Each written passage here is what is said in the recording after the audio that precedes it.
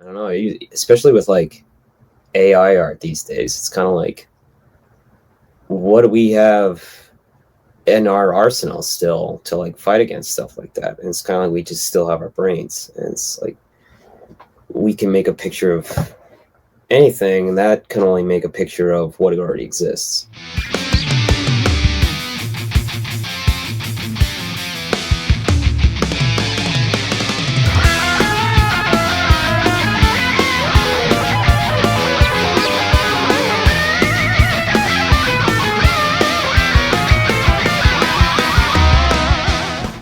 Hey, how's it going? You are here for Heavy Art Talk, and today we are continuing the Game Changers in Art series. I am stoked. I have Tom Toye and Hayden Hall. That would be Illogical Comics and Six Slice, respectively.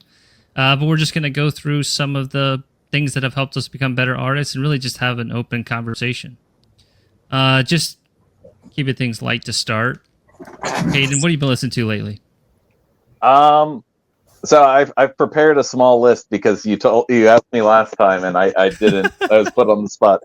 I've been working a lot with Super Heaven, so I've been listening to a lot of Super Heaven-esque bands, like Glare, stuff like that. I just got into a doom metal band from the '90s called Dusk.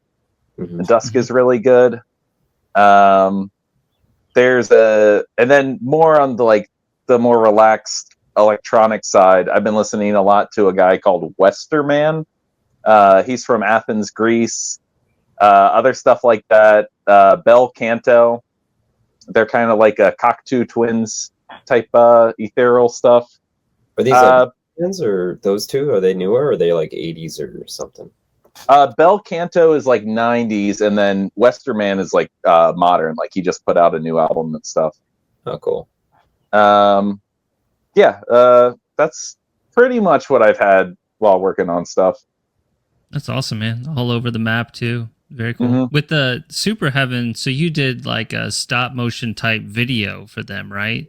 Cool. Yeah, and then I'm doing visuals for a fest they're doing, so it's even more stop motion clay stuff. So I'm like buried in clay right now. Nice, man. That's very cool. Nice. What about you, Tom? What I've been listening to? Yeah. Or are you buried in clay as well? No, I want to be. I'd like to start sculpting again, but just never have the time. What have I been listening to? Troll Cave and Sanctuarium. I think it's like the same guy, and he does the art for them too. I listen to that stuff. It's like Death Doom type stuff. Troll Cave is an awesome name. I gotta check that out. Pretty sick. Cool synth interludes and stuff going on, and his paintings are like real. I think the guy's name is Necrohelm on Instagram. Yeah. They're like real surrealistic and like, I don't know, they're interesting. Yeah, it seems like he does a lot. And then you ever hear of Rondalus? There's like they did like a whole album of Black Sabbath covers, but they're in like Gregorian chant and like chamber music and stuff. Whoa. It's awesome. Sounds pretty cool. Just been playing that in the car after work. So it's like the one of Junior's Eyes is like super haunting. And like, it's funny. Is it like heavy at all, or just more? It's all like Gregorian, light stringed instruments and like chants, and I think it's all in. It must be all in Latin or Italian or something. But yeah, Rondalus Sabatum. That's a killer CD. Hell yeah, man! And the new Caustic Wound's pretty good. Playing that. I feel like there's something I play like every day. I haven't been. Like Ari's Kingdom, that last album they had. I still have been playing that almost like every day. I think they're like a 3-piece. I think I've seen them live before. Yeah. It's like the guys from Order from Chaos from the 90s. And then, that last album I did is really good. I think it's probably their best one. That's always good. Yeah. Bands like keep getting better. Yeah, it's weird. It's like one or the other. You either get a lot worse or you get a lot better. Yeah. No, they like recorded it really well and like super heavy and gnarly sounding, like kind of on par with the Order from Chaos stuff from the 90s. And Nice. yeah, they're all pretty good. I think that's about it. I don't know. I try to keep checking stuff out every day, but then I forget. Yeah. Have you guys heard a band called Ancient Death? They released something on Profound Lore. I really like that record. It's really interesting. Yeah, super proggy and like. Yeah, that's like my shit, dude. I like it when death metal gets weird, but not sometimes not too weird. They got the right balance there, but they're doing something really neat. What was the thing? I had a Therion on today, like the third album or something. I can't remember the name of it, but it's like kind of like necromantia, and it starts to get where they start to get like more symphonic instead of like death dooming. That album's pretty cool. That's a band I've slept on. Yeah, I had only listened to the first album before, and then you see pictures of them, and they're like very like Hot Topic metal look or something. They're wearing like top hats and stuff and like monocles. Nice. So yeah, I was like, I don't know if I want to go delve further into this discography. Yeah, I don't know any current bands that have top hats that I like. Mm. There was like the top hat phase, like Cradle of Filth. I think one of the guys wore like a top hat, and like it was probably Dimmy Borgir too. Probably going on Marilyn Manson. They were like, Marilyn Manson's doing it's cool now. Have you ever listened to the band Fall of the Leaf? I don't think so. They were like a black metal band, kind of folk metal-y in the 90s. And then in the 2000s, they dropped an album. It might be a new lead singer. They were trying a new thing, but it sounds like Creed with the new singer. But that album goes really hard. I really enjoy the Creed album. The Creed one. The Creed one's good. Yeah. Did they have like Creed cover art as well? No, it's real simple cover art. I wish they had Creed like CGI art. Oh yeah, I got plenty to listen to. Well, for those who are listening and don't know the program, basically we're going to alternate, and each person's just going to talk about something that's helped them become a better artist. I thought this was a cool pairing of guests. Number one, because like I think they both are like insanely creative, but the other thing is they both work in like different mediums and they like apply that creativity in like different ways. So I thought that might be a unique take on was this like episode 4 of this. Hayden, if it works for you, I'm going to have you go first. But what would be something that's helped you become a better artist? Well, I'm going to jump around on my list, but one of the things on my list was to try every medium. Because there's things that you learn with painting or illustration that you don't grasp when it comes to like sculpture and stuff. Because I do clay stuff, I do masks making, I do latex and stuff. And just sculpture, like you get the concept of shadows and lights and like how things reflect more, and that translates to paintings. And like I'll do special effects makeup when someone has like a cut on their face and you see how the fake blood kind of dries on the skin, and then based on that how much shine comes from like blood that sits there longer. So when you're doing like death metal art, you have more of a reference of how things look in the real world and how it would translate. But that all comes from like working with different mediums and stuff, and it kind of translates all to your final pieces. Yeah, definitely. I used to try to make like dioramas in school, and like that made you think about like spatial relationships and stuff, and like where things sat in space, and thinking about layering and like what the hell is it called with composition? Stacking. Like, stack on a foregrounds, backgrounds, how things, the focusing of everything. Yeah. And, so yeah, definitely. It's great to like switch it up, make your brain work in a different way. Yeah.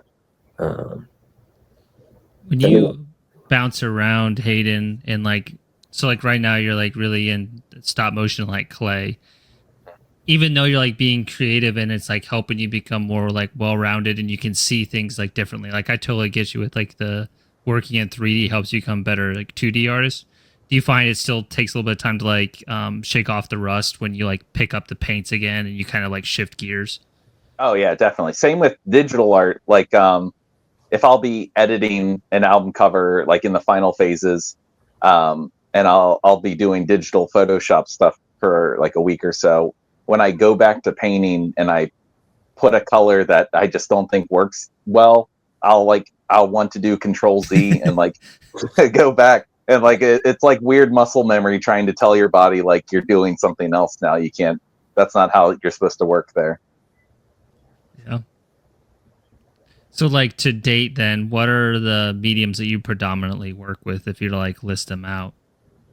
I guess pen and ink, acrylic paint, watercolor. That and acrylic, it's all different ways of mixing the water with the pigment, and you get different effects with that.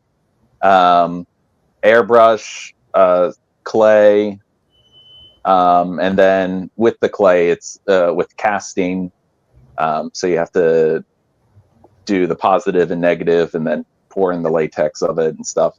So there's a lot of different mediums and a lot of different processes that all kind of go through your head and make you think different ways. Film. You also and film. Yep. a shit ton. Yeah, that's right. I forgot about that.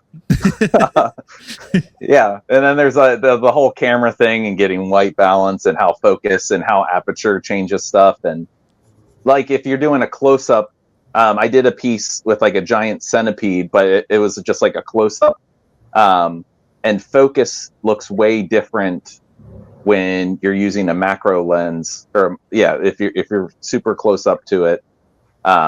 So things will be much more blurred in the background. So knowing how cameras work and how we perceive things translates into like fine art and painting and illustration. You got to do the same things for the same effects. It's crazy, man. And then, are you a musician at all? No. I mean, I play bass, but I'm not in a band or anything. Okay. I'm just like thinking, what does this guy like not do? Right. It's cool, man. Very cool. Thank you. What would be your first tip to mention, Tom? I wrote down learn color, because it's like just learning how to communicate with just color and like guide people around a page, or like make them look where you want them to look first and then next. And that's incredibly important. This book, Vision and Art, the biology of singing, that really like changed my whole thinking of color. And it's about how our eyes work and like how they evolved and everything, and how that pertains to looking at art and how artists use that, the way we see colors throughout like the impressionists and everything. And like it's a really good, interesting book. And, like I read that in college, and I like immediately started painting differently. And wow. So that was like a good thing. But yeah, understanding color relationships and like how they can be used to create narratives, or like, I don't know. I thought that really changed my whole art making game. And then just like playing with color and using different mediums like crayons or watercolor, and just kind of like seeing what, and like printing too, like screen printing, and not knowing what colors to use and different layers and stuff. And it just all kind of like worked together to kind of like inform my choices when I start painting or something, and like want to create a certain mood or atmosphere, or evoke like feeling, and like what I want the painting to do. And that ties into everything. And like it even made me like watch movies differently. I remember reading that book, learning about color, and then watching like 2001: A Space Odyssey again, and just realizing the whole movie is told with just like color relationships or like black and white essentially. Mm-hmm. And, I don't know, it just makes you like think differently, and like instead of like words, and you can just look at shapes and color. Yeah, and the way that you can use it to do a narrative. I remember I just saw a clip of the Sam Raimi Spider-Man with Willem Dafoe. Yeah. And there's a scene where they're having dinner together, and Willem Dafoe, his suit colors are the colors of Spider-Man's suit, and then Tobey Maguire's wearing the colors of the Green Goblin suit. And it's such like a weird little detail, but it's like it's able to tell a story even though they're not bringing it up. Yeah. Yeah, once you start realizing like relationships like that, and like you start seeing it in different artists using it in certain ways, and like there's a whole subtext you can use there and stuff, and Mm-hmm. I don't know, it's interesting to play with, and I like it's what I try to do in my work, and like guiding people's eye around, and like what's going to be the focus. So it should be like, if the whole thing's red, the focus should be like green or something like. Mm-hmm. It's just what's going to stand out in a field of a certain type of color, and I don't know, I think that's a great thing to learn immediately and try to just get on top of it before getting too far into anything. Or even like tones, like even instead of just painting someone with light skin with a green shirt, if there's heavy lighting, they would be all washed red, or it would be all washed a different color. Yeah. I'm still trying to figure out, or not master, but trying to get color theory right with my stuff. I feel like it's all like two colors. I'm trying to incorporate a lot, but yeah, it's something that you just constantly keep going back to make your stuff better. I try to keep it simple and just like, okay, what two do I want to use, and like expand on that, and like, do I want to just do another blue and orange one, or like red and green? What's going to be the actual story on this one, and like how can I easily tell it? Like, because I feel like color is good to use to like block things off and kind of like simplify things. And I remember one teacher gave an example of like Jeff Darrow's work, and one thing Jeff Darrow did, they got some French illustrator to do, or color the whole thing, and they went crazy because of all the detail in Jeff Darrow's work, and like made everything one little thing of color and stuff. And then Jeff Darrow did like Shaolin Cowboy, and he showed us like, okay, this guy kind of reeled it back and used color to just like simplify the image so it was easier to look at, because Jeff Darrow uses so much detail and stuff. So it's like, you can make it crazy, or you can make it like kind of like able to like show what you're trying to show, and like instead of like look all over the place, you're just focusing in on things that move a story along, or like the idea. I don't know, it's interesting ways to use it. Definitely. I found that like my whole effort as I've like gotten better as an artist is using less color. It's like my initial instinct was like psychedelic, go crazy, and it's like, no, using restrictions like definitely just makes it look better, easier to follow. Yeah. So I think like kind of what you were saying there, like sometimes muted or vibrant, but just like figure out what restrictions you can work within, and it'll probably make it better. Yeah, totally. I mean, it's just like I was the same way. I was like, I want to make it really psychedelic and crazy looking, and like use as many colors as possible, and just like it kind of just turns to mud. The more stuff you try to throw in it, it's like it kind of just becomes a gray, and you need darks and lights, because there's people who are like colorblind too, and you know, you still need to like show a contrast. So it's like you kind of have to reel it back, and it almost makes it feel more psychedelic, because you're going through all the shades of green, or like all the shades of blue, and like what you actually want to use. And it's just like, I don't know, there's so much depth you can get into with like just blue. Yeah. So I don't know, it gets interesting that way. And I don't know, I think that's a really important thing to think about as an artist. And like, if you're going to use color, not just be in like black and white, Um, Like Yeah. to your example too with like Jeff Darrow, if Mhm. it literally was every single thing was like colored individually, you'd be dealing with Where's Waldo. Yeah, exactly. It literally would be that as the art, which is kind of nuts.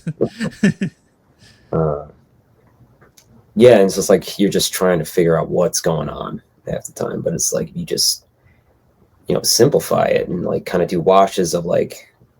I mean, Mobius did the same thing too. It's just like he kind of really would use simplified palettes, and I don't know, it just made it really like these beautiful comics. And the stuff you can do is like there's tons of different stuff you can do. I'm trying to think of any other like a really good example of a movie.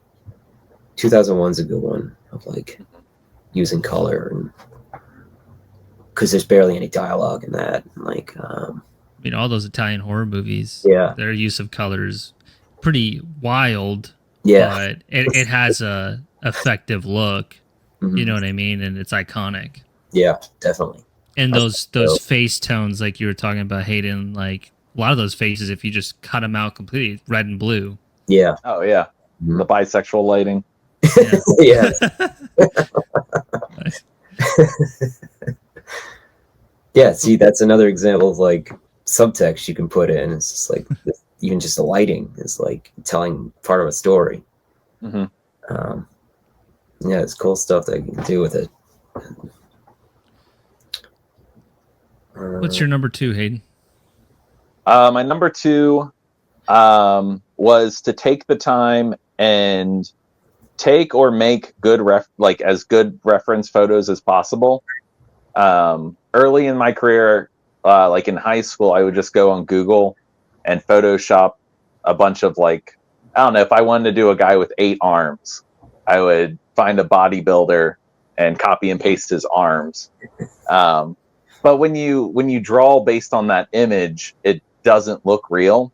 Yeah, So one of the big things to get like realism in your pieces is just take the time to get really good lighting, get a model, dress them up how you want them to. I've even done miniatures, like if that's a way to incorporate sculpting in your pieces, like you could build a miniature set, take photos of that. If you're doing like a dungeon, make small dungeon bricks, take a photo of that, and as long as what you're based on, what you're painting, your piece will look good if you just take the time to make the reference images look good. yeah. You can get fully Mortal Kombat and like making Goro and stuff. Yeah. Sculpted to make the sprites out of like little armatures and stuff. Oh yeah, there's a game. I think it's Clay Fighter, or maybe it's Primal Rage. Clay Fighters, I think both. Like, Both are good Yeah, games. maybe both. Yeah, it's all stop motion that they just Huh? use those for the sprites and stuff. Yeah, Doom, I think as well. They use for some of the monsters, sculpted them all and then captured them. I could see that. Yeah. Yeah, that's a good one. Finding taking reference photos and like keeping reference libraries for yourself. That's definitely like a good. Oh yeah. So theoretically, then, if you were doing a reference shot of an 6-8 arm man or whatever, instead of doing the bodybuilders and it's the different lighting that makes it not realistic for the most part, right? Like that's Right. kind of the key. So thing. when they're like flexing or something, this will be the brightest. But when you copy and paste that, it'll be the same light on each shoulder that you duplicate. Right. So the way to do that is to line yourself up and then just take photos of the arm at different places, so the light will be different in different spots. Mm-hmm.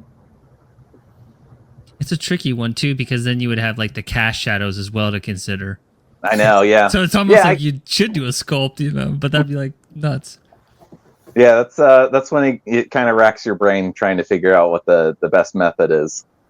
But sometimes people just send you reference photos, like if you're doing a cover of a movie or something, and they'll send you a blurry photo, and it's like, I have no idea how to make this blur look like a realistic person in the final product.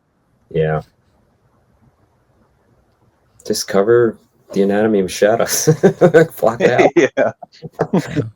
Stack something on top of it if you're unsure if it looks right. Make them looking like a broken mirror or something. Yeah, like distorted. someone holding a knife. Like, yeah. Well, that's kind of a lesson in itself too. Is like sometimes it presents like creative solutions for things like that, and no one knows all the like little roadblocks you went through with the final piece. Like it's all in your head. So Yeah. like there are times when I'll try to force something into a piece that really the simplest and the better option is just omitting it completely. Mhm. It's like kind of funny how you can get, for me, I can get like fixated on things like that when it's like no one knows that I previously had that and it doesn't really matter. Mhm. Do you guys ever feel that way or no? Yeah, no, they don't know the process that goes into a piece. Yeah. There's tons of stuff I like paint out. Like, yeah, that's not gonna paint over it. Or like I'll have something in a sketch, and then I have to redraw it, and then it doesn't work in the final drawing, so I just kind of omit the whole thing and like, constantly weeding out different things. A lot of ways, it's a good thing. Like I did the same. I was originally going to have like a floating castle in this piece, and I told my client, I'm like, you know what? I think that's going to create more problem than it's worth. Like it originally like fit in with the concept, but it's like then I have to worry about it being too much in the midground instead of like background with like the clouds. So I think it made it better, frankly. So luckily he was pretty chill with it. Yeah, simplicity. It's always going to win. So just. Last point before we go to the next one with making sculptures and stuff. I was kind of curious to learn more about that, and then like taking the pictures. Like it made me think of do you guys know James Gurney, the guy who made Dinotopia? Yeah.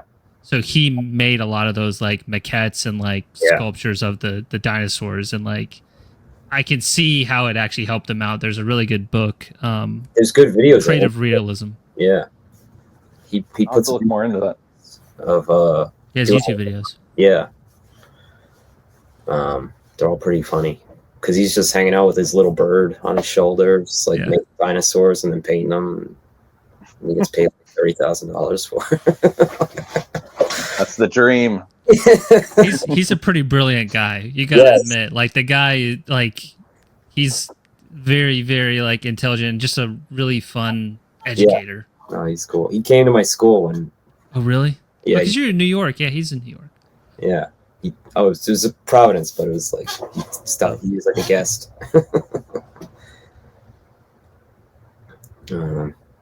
I think he came into one of our classes, and they were like, "This is one of our illustration classes," and he was like, "Oh, cool," and then they left. Nice.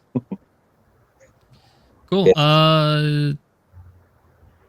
Tom? The process is interesting. It's just like because he just pretty much makes the whole diorama first and then paints that. Like, works from reference that way. God, that's like 3 projects in one project. Yeah. And I mean, he had that time, I guess, when it, I mean, illustration's always been like really fast timelines, but he used to do like a lot of stuff like National Geographic, and to get it just looking right, he would have to do all these steps beforehand. Yeah. Yeah, he's almost like a scientific illustrator, pretty much, because he's like trying to guess how these things actually looked from the skeletons. Like paleo artists and like, I guess archaeological illustrators and stuff, man, it's like a whole nother. Yeah. And you have to be like very accurate and literal with it. If I draw like a dinosaur, like I'm going to take my creative liberties with it. But... Yeah. With teeth everywhere. Yeah. Cool. Tom, number 2. What did I write? Just starting and like immediately making a mess is like really important. I think just like instead of like thinking too much about something, just start doodling, get your hand moving, doing anything, and that's gonna like just give you momentum to jump off from. And what's up? Pokey's on the table. yeah, just like getting yourself going. It's like half the battle for me. So even if it's like not on the piece you're trying to work on, just like do warm-up drawings and like get your brain working.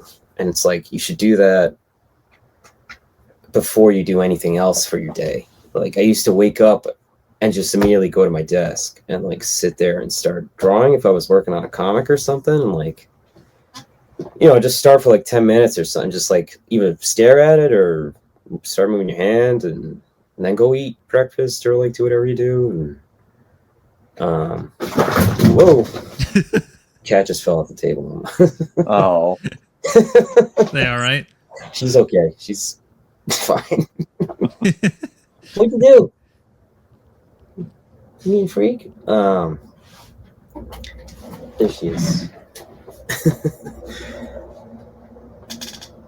Yeah, I don't know. Like, I think it's important just to, like, have that in your brain first thing. If there's something you're like trying to get done, it's like, and also just not being worried about making a mistake right away. It's like, because I have, which would bring me to my next point, but maybe we'll save that. I know, I keep wanting to do that too. Let me segue into my next one. Yeah. No We, filibustering. We had an exercise when I did art in high school, which I think is a really good thing to do. If you're afraid to like draw in your sketchbook because it's like a fresh page, you don't, or if it's like a nice bound sketchbook and you don't want to mess anything up, if you just go and like scribble on the page or like spill coffee on it and then doodle on top of that, you'll get better stuff, and it kind of gets over that fear of being afraid to start doodling something because it's already messed up. Yeah. Yeah, there was like, when I was trying to learn watercolor, and like I just got these like Pelican pan sets. I would just sit and kind of like just put the paint down, and then I would like do that same thing, just kind of sketch over it. And it was like, I don't know, this like kind of like improvisation I thought was like pretty important to like seeing what you could come up with. And yeah, that's a great exercise. And I'm trying to think if, but yeah, I remember being in illustration class and like doing a sketch, and like the instructor I had was kind of like, oh yeah, these are really like kind of stiff and stuff. And then I would put something down. I was like doing that where I was improvising and just like kind of throwing color and drawing over it. And he was like, these are great. Like, didn't even make any sense. He was like, this is really cool. You should do more stuff like this. And I don't know, I tried doing that, and it was just kind of like, it only goes so far before you want to do like something tighter. Actually try to work. Well, I think that's the point. You want to do something crazy and then like let your mind, you translate what you're thinking onto like a loose doodle, and then when you create like something interesting, that's when you take it and refine it for like a nicer piece. Yeah, it's like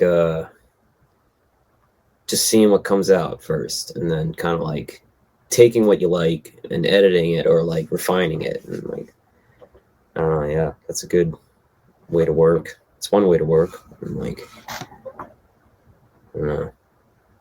It's like jamming with music, and like you kind of record stuff and you hear certain things and you go back and you try to recreate it, and like, you know, there's different approaches. I mean, new ideas come just from that interplay that you wouldn't have been able to create otherwise. I totally know what you mean. Yeah. One thing that's kind of related, but also maybe is like a mini rant, is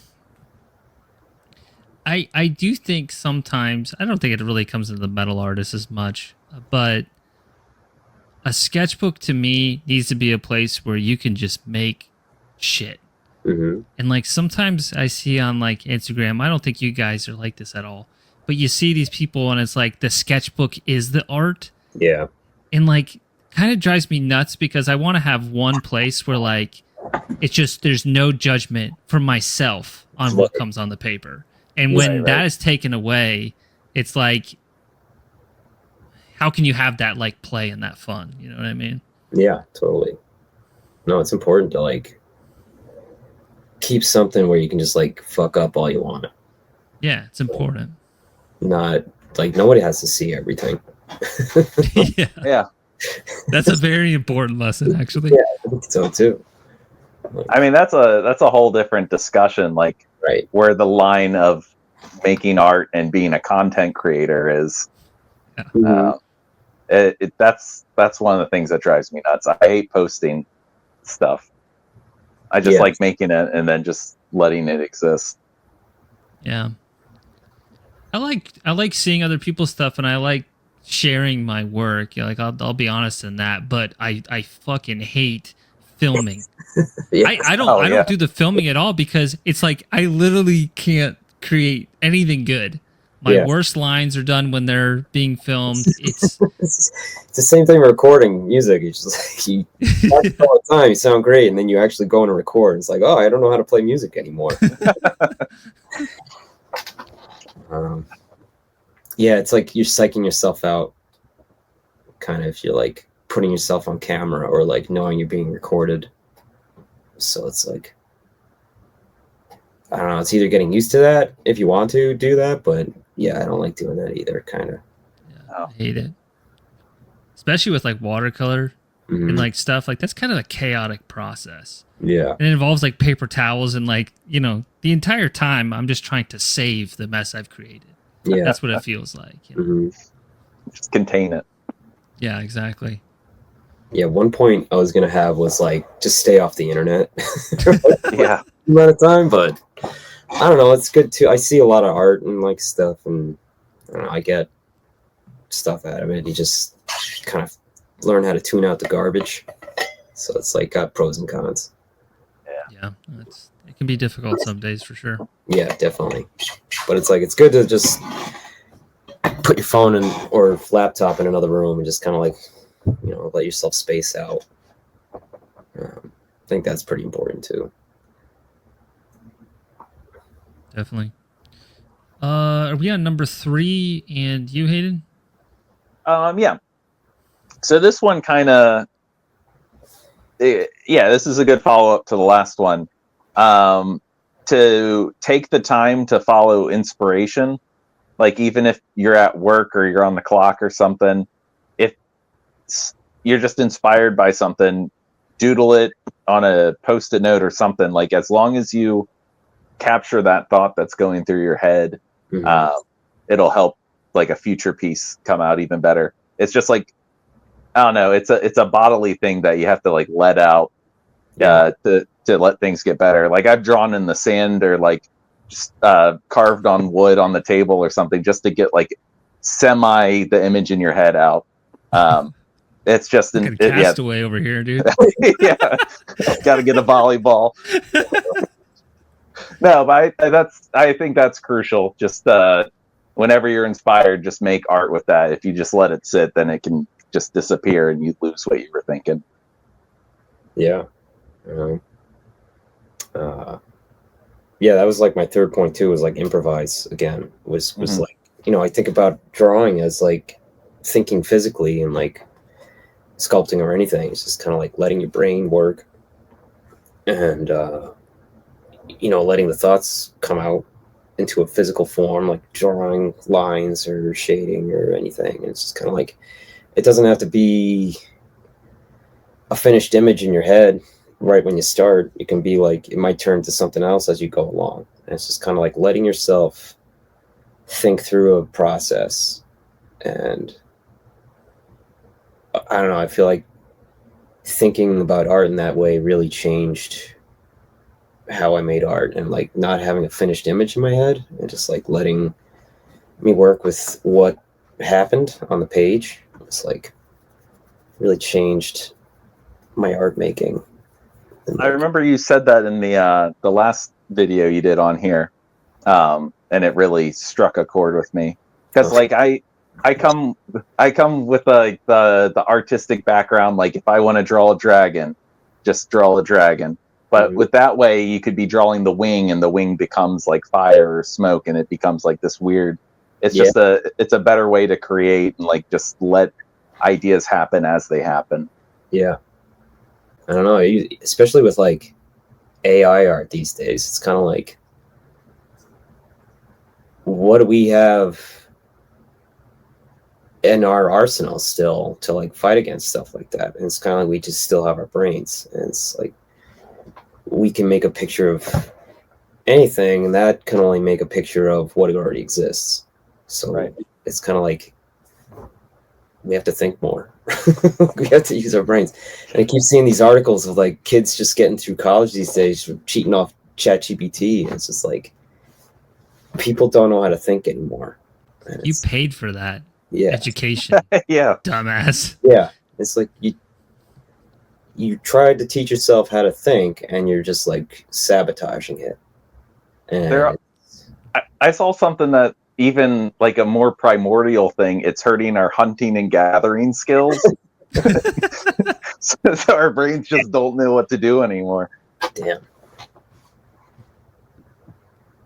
Yeah, it's pretty grim, like reality.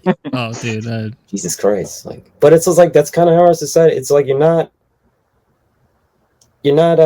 rewarded for like thinking and exploring things. You're kind of rewarded for fulfilling a arbitrary task instead of like, figuring out something on your own, or like fucking up even like in that process. It's kind of like if you fail, you're punished, or like you get kicked out of school or whatever. And it's just like, so you're either like just being submitted to entertainment that constantly, or it's just like you're completing arbitrary tasks, and it's either pass or fail.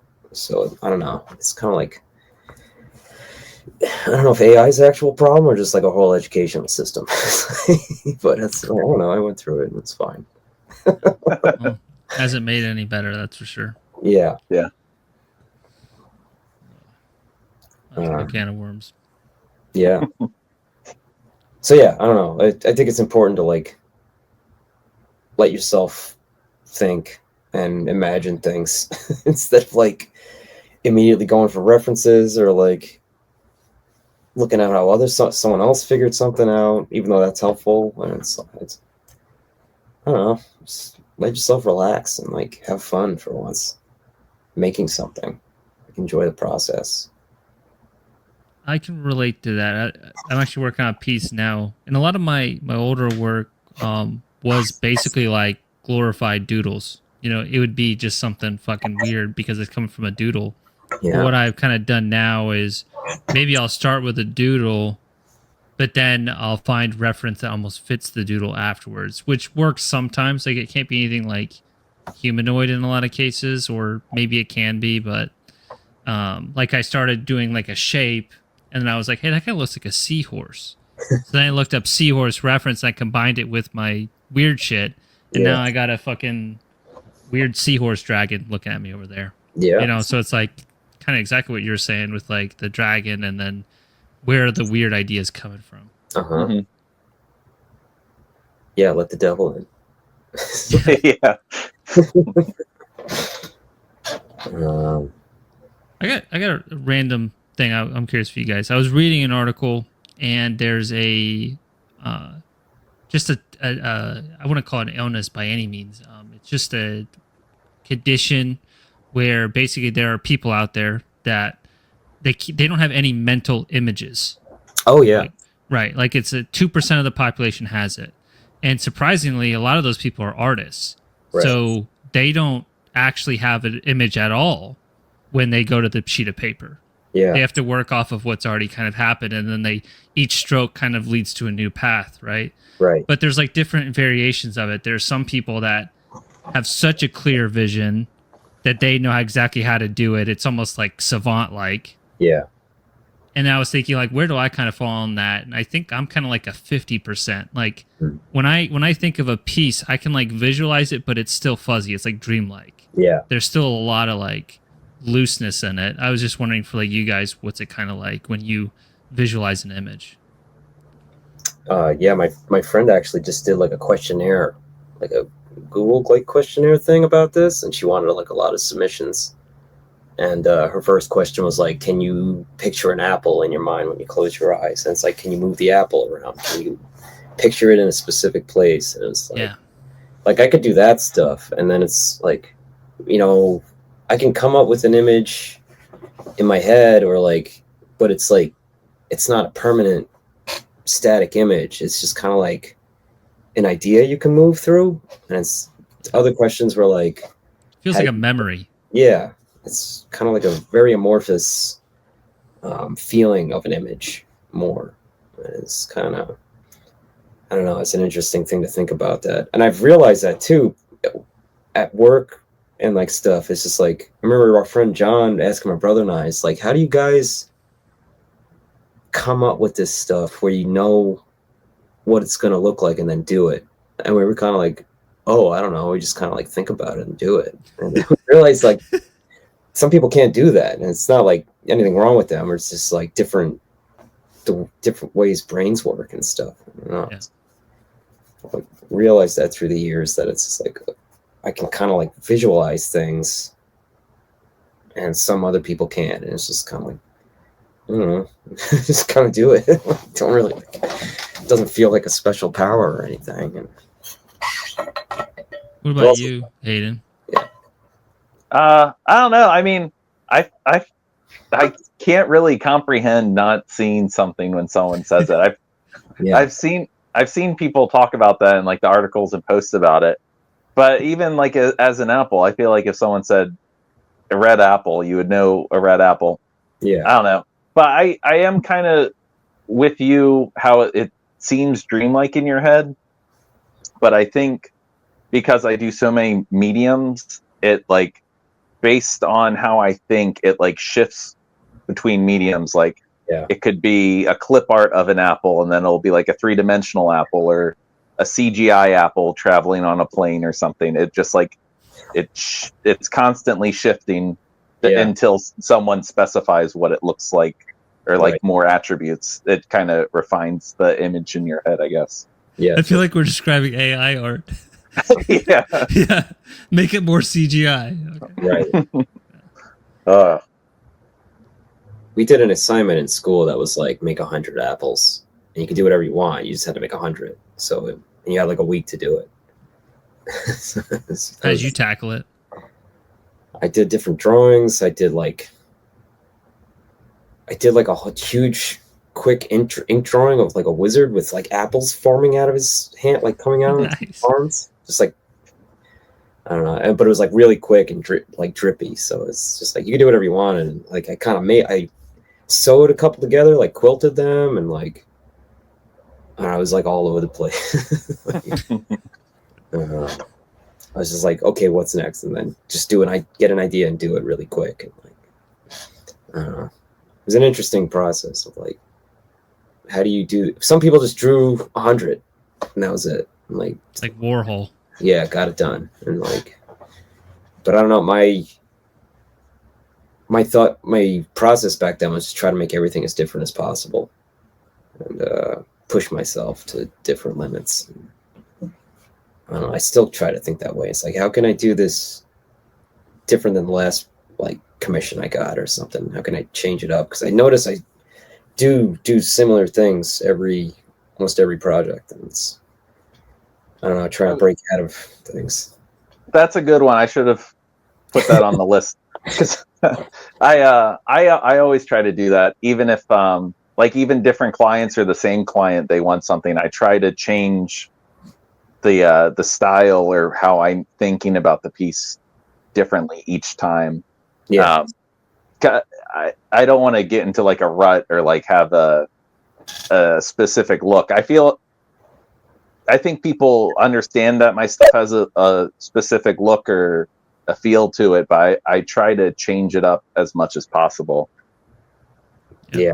It's like no matter what, it almost always looks like either Tom or Hayden. Even when you are doing that, it's like you're doing your best to just make it so it's not too much like that. Because I feel the same way.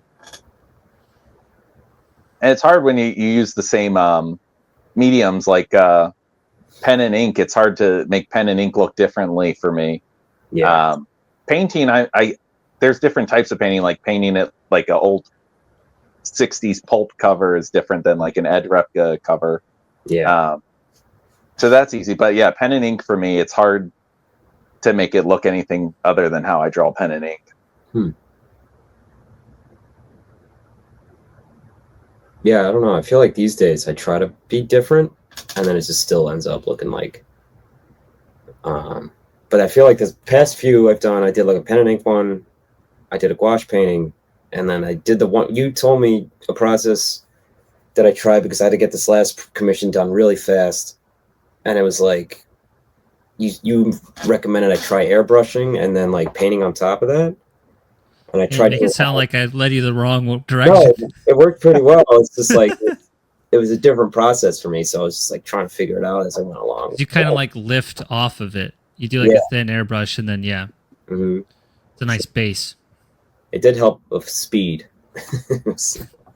Nice. Go a little faster, but yeah, I was like blocking stuff off and like trying to just get this done because it was like a big gatefold painting for like the middle of the record. And, so Man, gatefold paintings just suck the life out of you. It's double the size. Yeah. It's also just such a weird format. If you think about like all the other like normal canvases, they're usually this orientation. Yeah, even thinking just where to put the subjects in gatefolds drive me nuts because it doesn't look right in my head. Like there's no rule of thirds, or like if it was film, I wouldn't put the subject there. It just looks bizarre, but you need space for the text. You need the focal on the front cover. It just looks weird when it's like a full piece.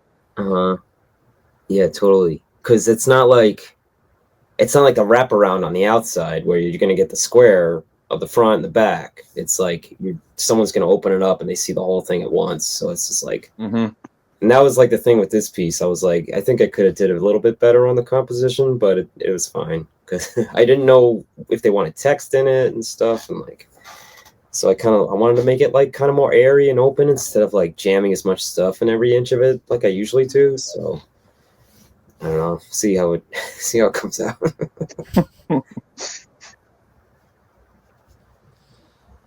So you went, Hayden, then you went improvise, right? That's the last one? I think so, yeah. Yeah, you picked off it. So what? We're on number 4? 4. All right. What you got, Hayden? This one's a little weird. I feel like this is more of the business aspect of art. If you want to get your art out there, because I have people hit me up all the time how to they're like, how do you get clay animation jobs and stuff like that, and I really don't know how to answer it other than the thing that got me into stuff was just force yourself to become friends with bands. I mean, not force, but just like leave the house and stuff. Yeah. Because those, you never know if someone's garage band's going to get signed by a label and then they know you as the art guy. That's the closest, they're the quickest way I know how. When I lived in Maryland, like none of the bands, I don't know, all the bands were like very closed off and didn't want to hang out with other people. But when I got to Philly, everyone was really inviting, and everyone's getting signed now. So I'm getting a bunch of jobs just because I know the people. Yeah. Yeah, definitely. Just like, be nice to people. You don't never know who's gonna do well. It's like work with whoever, as long as you like the work and. Yeah, and just post stuff. Push yourself to post your best work, and people will just see what you can do. Yeah, like bands and stuff. And like, I think I might have said that in my last video. It's just kind of like make up your own work and put it out there as like a real band or something. Well, yeah, I love that. I love that too, man. You've been in a lot of bands. Some of them just, just yourself. Yeah. So I like one project I was doing, I wanted to make like music videos for each track, and I just never got around to it because takes fucking forever. Oh yeah. I wanted to try doing like painted backgrounds, like old He-Man cartoons or something. Just have like some character moving through them. So it'd be like painting and like animation and kind of like putting all that together. But I don't know, it never worked out. I want to see a collab of that idea between the two of you guys. Oh yeah, right there. That I've would done be stuff sick. like that. Yeah, Yeah. be awesome. We could do that. Yeah, definitely. Have you ever done any animation stuff? I did like puppet animation in school, and I tried making like a GIF a few years ago of like a drawn animation. Like that was kind of the last time I did anything motion. But yeah, not in a long time. You might be into clay animation, because with the drawing animation, it's just so tedious because you have to draw the same thing every time. But with clay, you can just keep moving it and taking pictures and like just think of different things and just kind of like just keep sculpting it. Yeah. There's a really good short called Prometheus's Garden that I watch all the time. Yeah. And that guy, yeah, that one's crazy, and he just keeps evolving it and evolving it. Yeah. His drawings are the same too, his drawn animation, where it's just like stuff changing into other stuff, and like we're talking about Bruce Bickford. Yeah. That's the name. Throw that. But yeah, he's incredible. Oh yeah. Yeah, it'd be cool to go back into like claymation and stuff, and like even paper puppets is like easier than drawn. And that's not too different. Then that saves some time. So yeah, I was thinking of trying stuff like that, and with like painted backgrounds, because I did some of that in school, and I don't know, it's fun, but it's like a whole other months of your life will just be taken. Yeah. My brother's been trying to do more like music videos and stuff for friends of ours, and they come out pretty cool. And yeah, he can just sit down and make himself do it.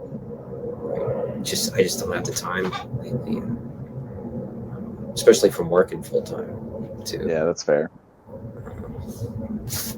Can relate. But we'll see. Maybe in the future. All right, number 4 for you, Tom. I wrote repairing and erasing things, like learn how to erase, because you can erase everything all the time. And then like I feel like thinking about making art as like a process of constantly repairing mistakes was like, oh yeah, this is easier, instead of like you're making a perfect finished painting. It was like, I can just put whatever down, and if it fucks up, I can just fix it. So you're just like constantly fixing mistakes and like, or erasing something. And it's like erasing's part of repair. And I don't know. I think that's like, I feel like people think art, or like making art, is like, you know, Picasso after 58 years of drawing just draws on a napkin and it's like worth $3,000, and it's, or like $10,000 or something. And like, it's like, it doesn't have to be. You can constantly be fixing stuff. Like erasing is part of the process, and like that could be the art in and of itself if you really wanted it to be. Because like one of my favorite painters is Leon Golub, and like, you know, it's just like layers and layers of paint. And if he erased by taking a butcher's cleaver and scraping away layers of paint off the canvas and stuff, it's just like chopping away at it essentially. And it's just like, white paint is an eraser, you know. It's just like everything could be erased, so there's no mistakes, and it's just kind of like fixing it. That really helped me, like, because I'm still a mess. Like I'm still just like constantly working through things all the time. I love that, man. You know, I was talking to my wife earlier, because like I was like drawing these wings, and I realized, you know, the wings are looking way too flat, and they're not like how bats or birds actually wings would work. And I was like, you know, I need to finesse that. And I was just kind of like saying how I think what's just made me a better artist is just not accepting the first thing I put down. Mm-hmm. Kind of relating to your point. It's Yeah. like I erase all the fucking time. And it's Yeah. more about my willingness to always keep correcting and like not accept the first, second, third, or fourth draft that actually makes it a good product. Not that I'm like good on the first time. Right. Like, get what you want out of it. Don't be lazy.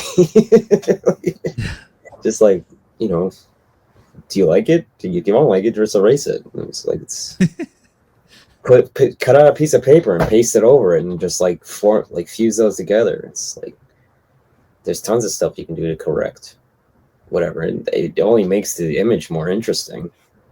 And that was like something they drove. Some of my instructors drove into us, like in school, was like kind of like letting your process be visible, and like people like seeing that. And one instructor I had, he pretty much made like half finished paintings. Like he would like do the drawing and like only paint on half of it, so you could still see the drawing. And I thought it was a little corny, but it was still like, I get what you're saying. Like, like helpful to see. But yeah, like seeing the process is like, it's just gonna make an image more interesting, I think. And like, but there's also I think Moondog had like a quote where it's like the art of concealing art is like also like something in and of itself, where you're like hiding all the work that goes into something, into like a whatever, you know, drawing or like painting. It's like no one sees the years of sketches and, you know, first takes or like stuff that goes into it. I love me some Moondog. Oh yeah, Blind Viking. Yeah, Something. Mm-hmm. Is it like a song lyric, or does he like have famous interviews or something? Because he's a musician, right? Yeah, he's like a figure. he was like a composer in the 40s, 50s, maybe 60s, and he was like hugely influential because he was kind of like unhoused in New York, and he would just kind of like build his own drums and dress like a Viking, and he would just kind of be panhandling, almost like kind of just like busking, just like playing these songs and compositions he wrote on the sidewalk, and people would, you know, give him money and stuff. He would sell compositions he made and stuff, but I think he owned land upstate, and he built his own log cabin by like dragging logs attached to like a thing on his head. It was like he's just like this incredible composer from back then, like really interesting guy. Mm-hmm.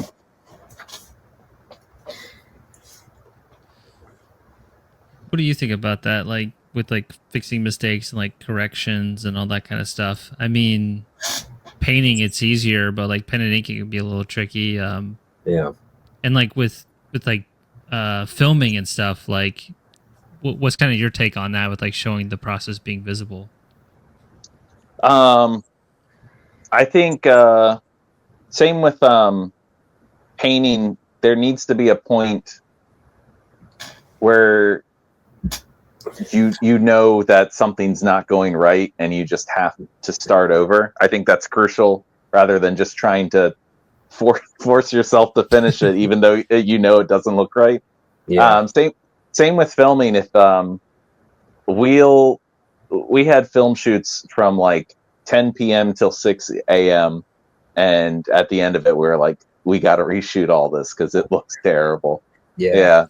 It's just one of those things where you need to, I don't know, just accept what's happened and just try to make it better. Yeah, totally.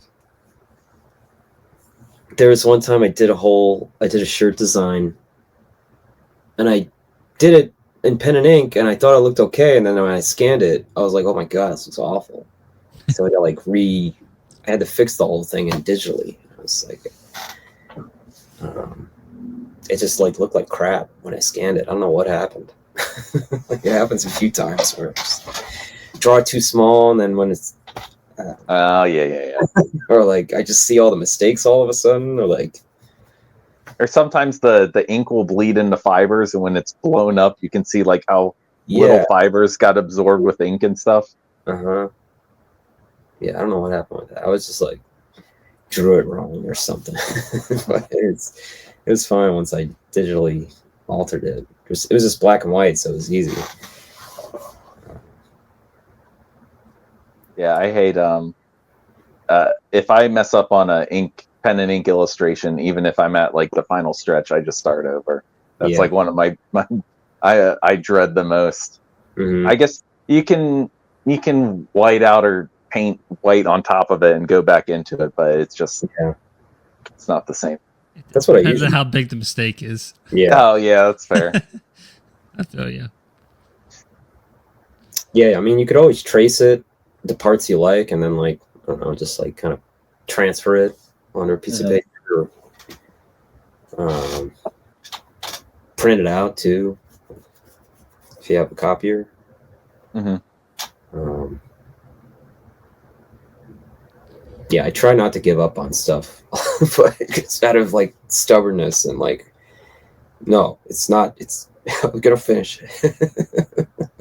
So that's another thing my brain goes crazy over. I have a lot of pieces where I have done that, where I scan it in the stuff I like, and then like tape a piece of paper over top of the bad piece and draw on that. Yeah. It drives me nuts, like if it was in a museum or something, and it's not a full completed piece, and it tears away at me if it's not like a solid piece. I'm the same way, dude. Yeah, totally. Or there's so many pen and inks I have where it's the cover piece, and then right on the side horizontally is like the band's logo I drew, and then I had to Photoshop that like on the piece, and it destroys me that there's just the logo hanging off to the side of like a final piece.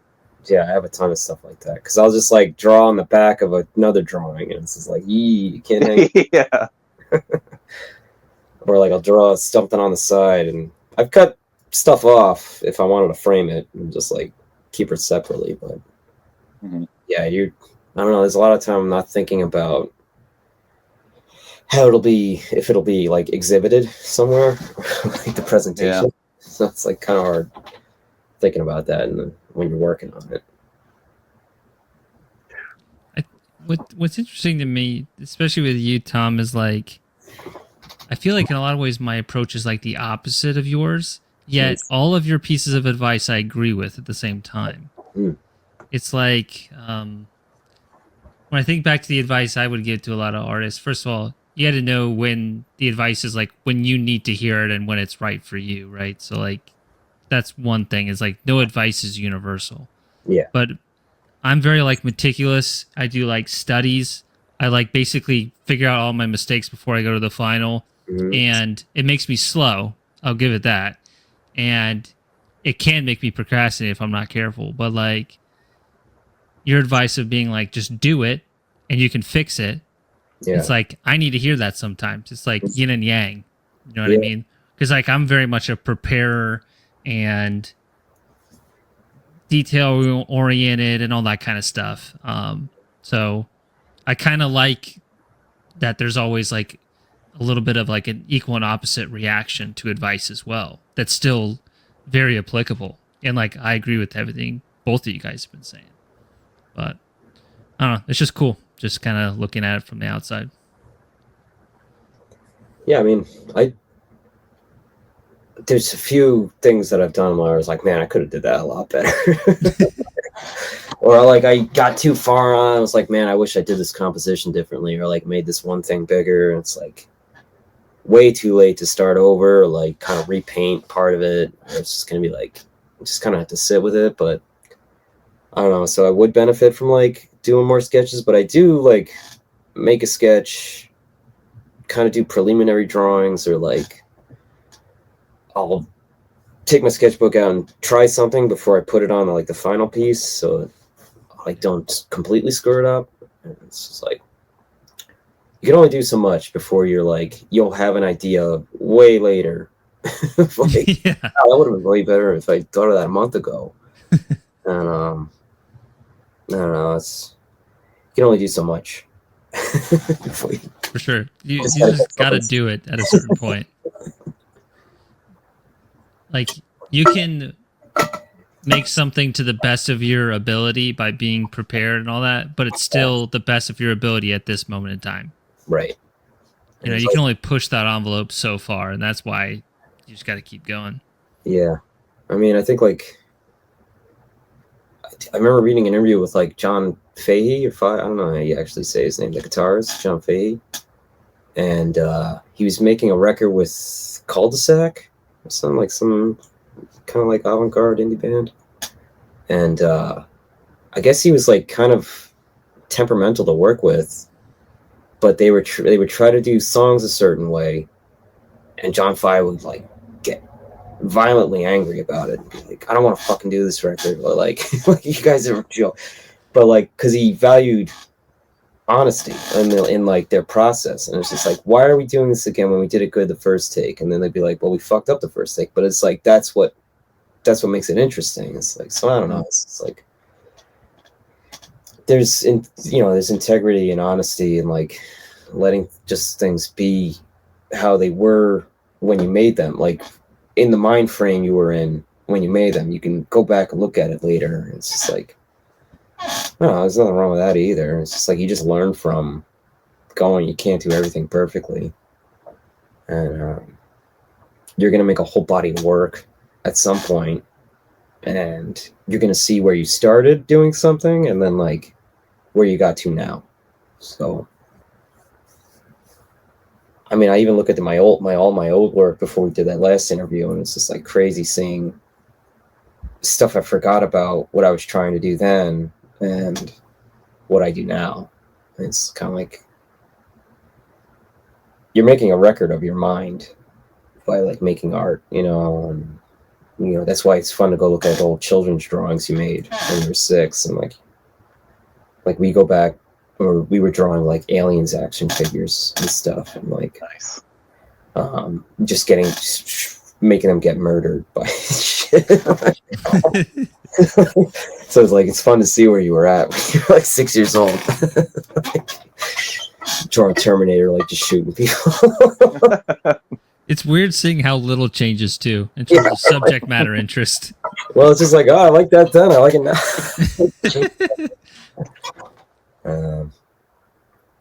Maybe I was going to say that's a good lead in into my next point, but finish your No, I don't know. I'm done. Oh. Thoughts gone. My final point, I guess, is more targeted to like younger artists that are trying to get into like doing album covers and stuff, or just being metal art, punk art. Is to expose yourself to expose yourself to as much as possible. Don't just think it's all Vikings, chains, and like demons, because there's so many intricacies in like the art world that you wouldn't know goes into like, I don't know, the metal art. I have friends who like they obsess over one artist and kind of do like worship pieces to those artists, but if you just like branch out to different artists, different art forms, different films, just different ways of thinking, it'll help your pieces in the long run. Mm-hmm. I was watching a video with the filmmaker Werner Herzog, mm-hmm. and he was talking about one of his favorite things to watch is WWE. Nice. And he said the quote, I don't know if he said it or he was just quoting someone. He said, "The poet must not avert their eyes." Even though you think wrestling is like cheap and gimmicky, like he watches it because he said it's the closest thing to a Greek tragedy that's on TV these days. So just like exposing yourself to weird stuff, like even if you think you won't like it, as long as you watch it, there's little things here and there that really influence your art. Yeah, keeping an open mind is definitely like integral to like making better art. And like, I don't know, just going back and something you saw years ago that maybe you weren't into, you go back to it now and you're like, I actually really like this now. And it's like making a lot of sense. Music's like that. And like, I don't know, there's so much. And like, I think it's really important to, if you're really influenced by someone and you like want to kind of, people are like saying, well, this looks like this guy. It's just like, try not drawing like them as much as possible. And you learn a lot from trying not to draw like somebody or like an artist you like or something, getting as far away from their work as possible. And like, you really figure out a lot about yourself and like different ways of working and like getting different ideas. So yeah, I think that's really important. Yeah, I think like because of how people talk, right? You're always like associating things. So when we like describe like a metal band, we're going to be like, oh, it kind of sounds like this combined with this combined with that. It's like in 2025, I think in some ways that's a pretty ideal scenario, like being like a combination of like 3, 4, 5, 6, 7, 8 things. If you're completely original, that's perfect. But I think in some cases, you really just want to at least not be a clone. So Right. at least be like an amalgamation of like multiple things. And if you like as an artist hear, oh, that kind of reminds me of this, but then like a month later there's a different piece. It's like, oh, that kind of reminds me of that. It's like you're probably somewhat on the right track if you're not getting the same answer every single time. Yeah, definitely. And that also goes back to like the whole the AI art thing, because they can just say, "Give me another, I don't know, Frazetta album cover." Like if you just do Frazetta stuff, I mean, he's not It's hard not to base your stuff on Frazetta when he's like all fantasy and stuff. But yeah, it's easier to just plug in like a clone art with AI rather than getting influences from like 10 different things and making it your own. Yeah. Sure. What was I I gonna mean, say? for either of you guys, I have no idea what I would even say in terms of like what they're like, what you guys are like. Yeah. Yeah, I mean, I used to get compared to different stuff, and I didn't even think I was drawing like it or something. And like, I don't know, it like make me angry because it was like, that's not the guy I was ripping off. I was ripping off this. You're wrong. Like, what are you talking about? And but no, I tried to like get away from anything all the time. I just draw the way I want to, or like whatever idea I want to try to get out. So it's kind of like just let the idea inform what you do, of like what you're trying to say, and everything else will come along with that, I guess. But yeah, keep an open mind. I mean, speaking of metal music, I don't know. I was thinking today, I was just like so bored with so much modern metal music these days because so much of it sounds the same, like same production. And I don't even know what I'm looking for to like get out of that too. So I was like, there's nothing wrong with any of this. It's just kind of like, I don't know. Yeah, I don't know what I'm trying to hear that's different than this, other than I can listen to anything from like the 90s and be like immediately more intrigued or something. And it's weird because like people have they can pull up whatever type of music they want in this day, like now. Like you can literally listen to anything from any time. It's all on the internet, and like, so it's weird to like try to sound like any one thing.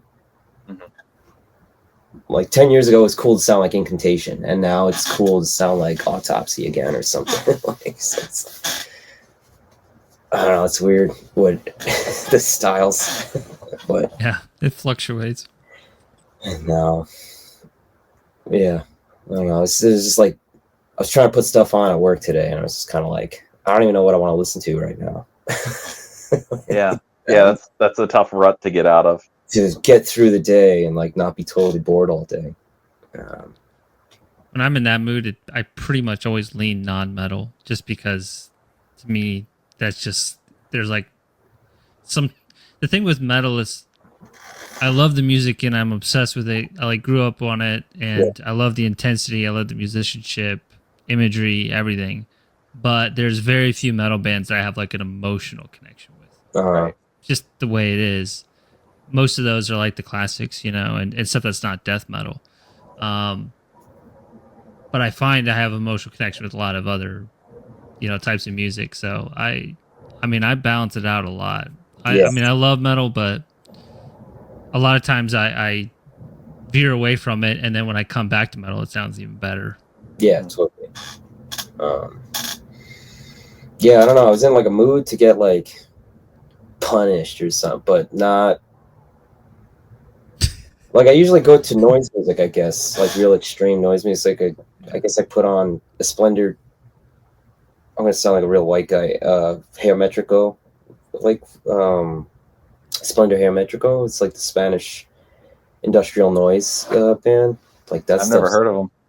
That's like perfect music to me. So I can like, if I'm like bored of something, I can put that on, and it's just kind of like rhythmic noise, machine sounds and stuff, and like I don't know, it kind of like resets my brain to be like, oh yeah, I can listen to stuff that sounds like Autopsy again, and like, or I can listen to John Fahey and like guitar, Robbie Basho and stuff, and like kind of get reset and regrounded and like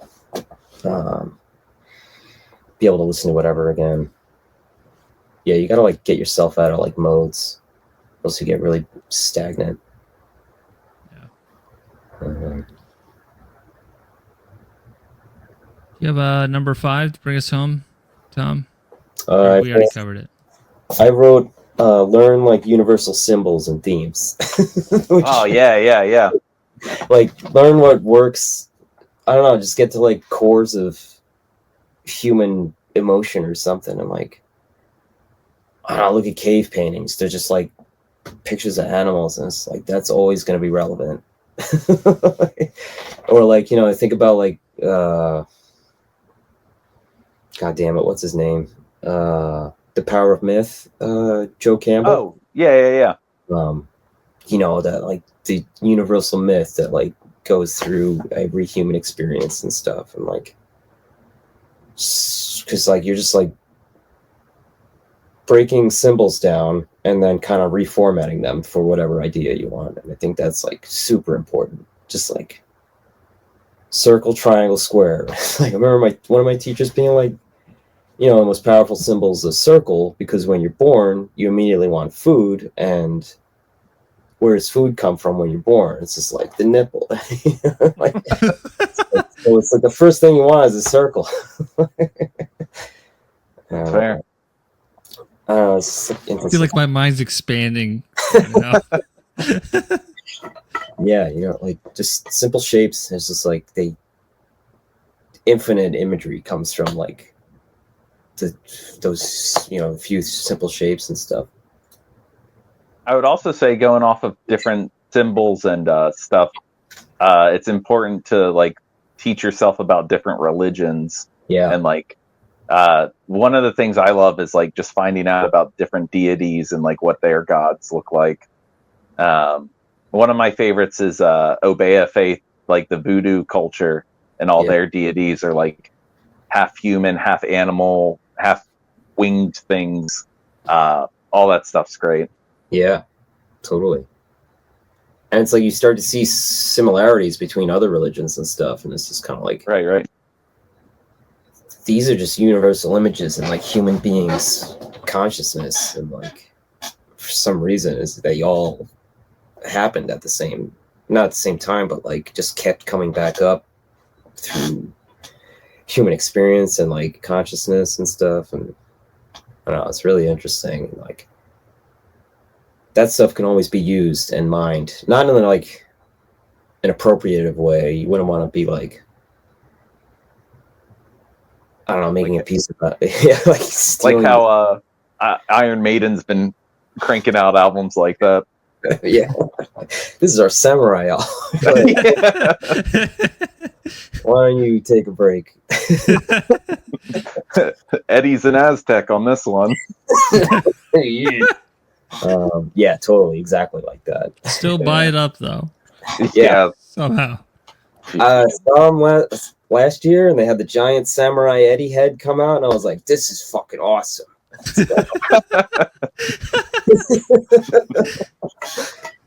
I was wrong. You guys rule.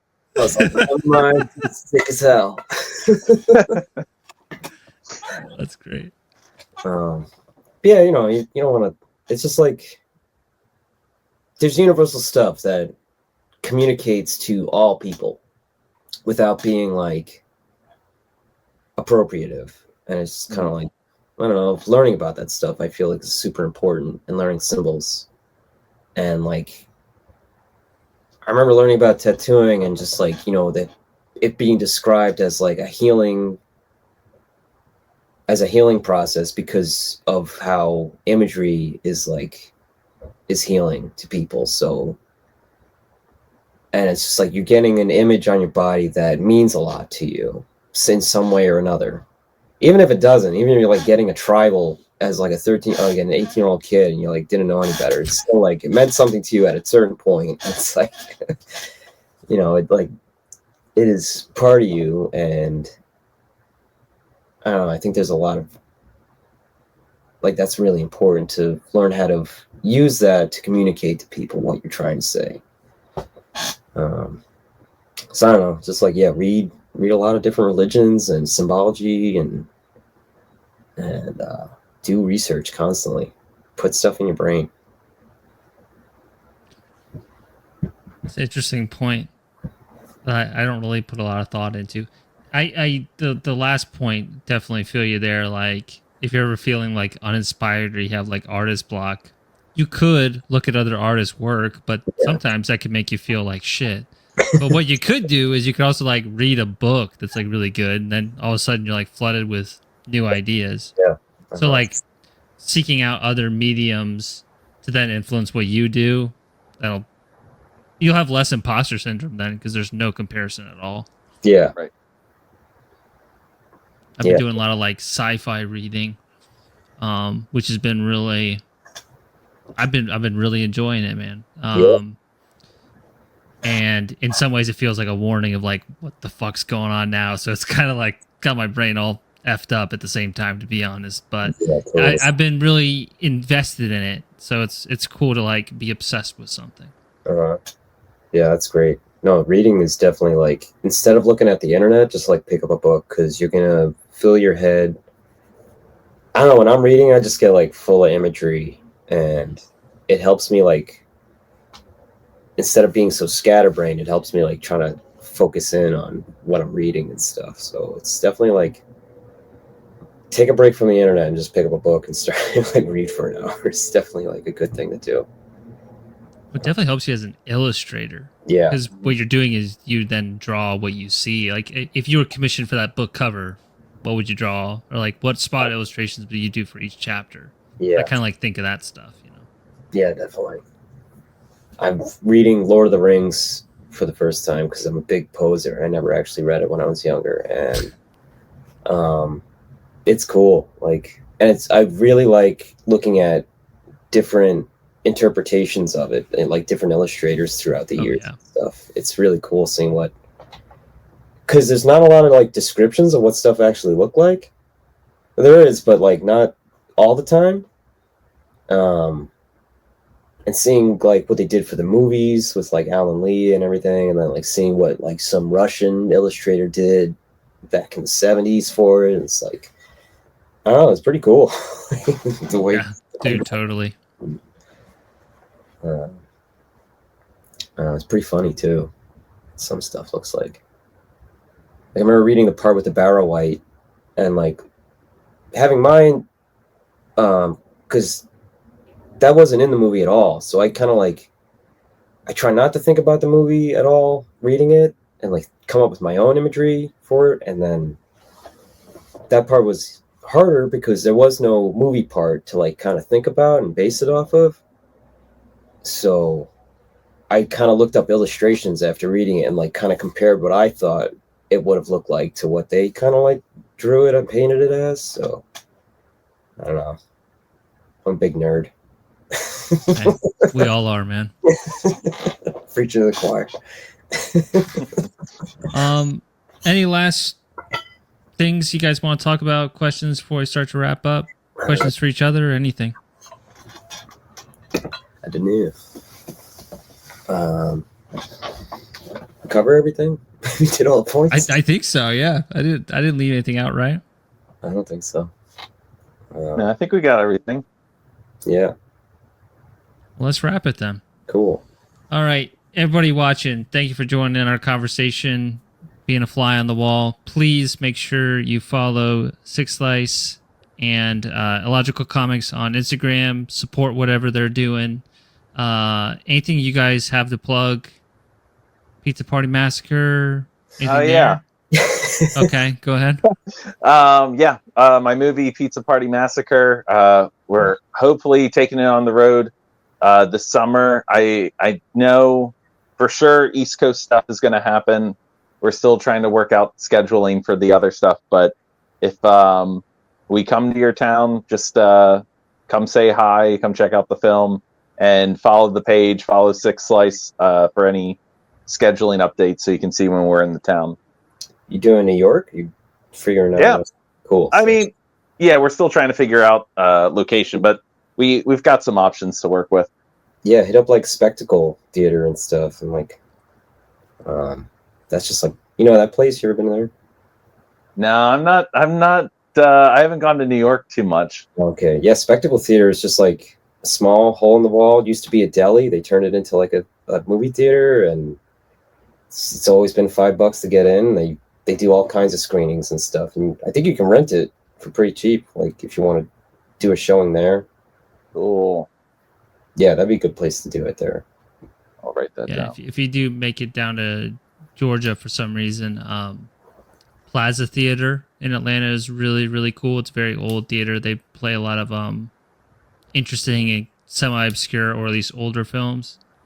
Okay. And if you did make it to Georgia for Atlanta, Savannah's got a really good film scene and like art and culture and stuff. So you maybe could get 2 for 1 within the state. Yeah, I'll look into that. Nice. Sweet. Anything else, gentlemen? I don't think so. I don't know what's going to be happening by the time this comes out. So just follow their pages. Yeah. All right. Thank you guys again. New episodes every other week. See you next time. Yeah, great talking to you guys. Yep, great time.